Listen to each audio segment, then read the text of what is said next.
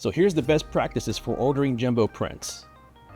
First, you have to measure the print area of the largest shirt you plan on printing on, and then measure the print area of the smallest shirt you plan on printing on. This will help give you a better idea of the art size that you need to order, especially when you're working with different sizes. Because a jumbo print for 2XL is going to be too big for a small sized shirt, so you're going to have to resize accordingly. It's vital to set a good size that you can print across most sizes and adjust for your smaller sizes.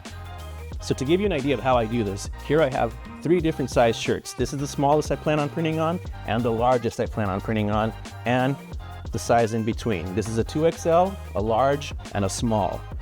So 2XL, your print area, you don't usually want to print seam to seam, because not only will that be kind of uncomfortable, it'll be hard to kind of apply. So because of that, you kind of want to have like at least 1/2 inch to 1 inch of slack on either side of your artwork for best results. With that, you're maybe going to have about 16.5 inches or so to work with here. But if you were to put that on the small size shirt here, you see 16.5 is way too big. You only have about maybe 14.5 inches to work with there. So on our large, we do have about 16.5. So if you were to get 16.5 and 16.5 here, that'd be a good amount to work with. But if you were to put 16.5 on the smaller shirt, that's way too big, right? You're gonna need to cut it down to about 14 inches or less. So let's look at the length of our 2XL shirt here. So generally when you're printing, you do generally, like, people will say, oh, 2 fingers. That's maybe about 1 inch, 1.5 inches. So let's call it 1 inch. So if we bring this down, we're looking at about maybe 24 inches of space that you have to work with. And you always want to leave a little space down at the bottom, or it might get a little awkward here once it meets with the seam. If you do that 24 inches on the small shirt, it's going to be way too long, right?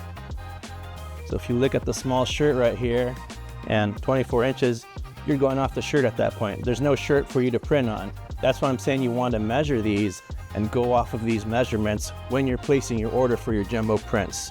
So jumbo prints are ordered using the SupaDTF gang sheets option. So use one of our templates for any of the gang sheet sizes you'd like. You can get these at store.supacolor.com/templates.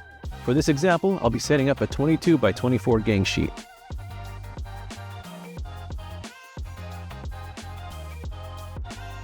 Once the template is open in your design software, drop in your jumbo graphic and set the size. Most design software will show you the size of your graphic within the sheet as you size it. Fill the rest of the sheet with any designs you'd like to have printed and save it. Next, let's go back to store.supacolor.com and hover over the gang sheets option under products and choose SupaDTF. Upload your artwork and select your gang sheet option. Lastly, enter your details and check out.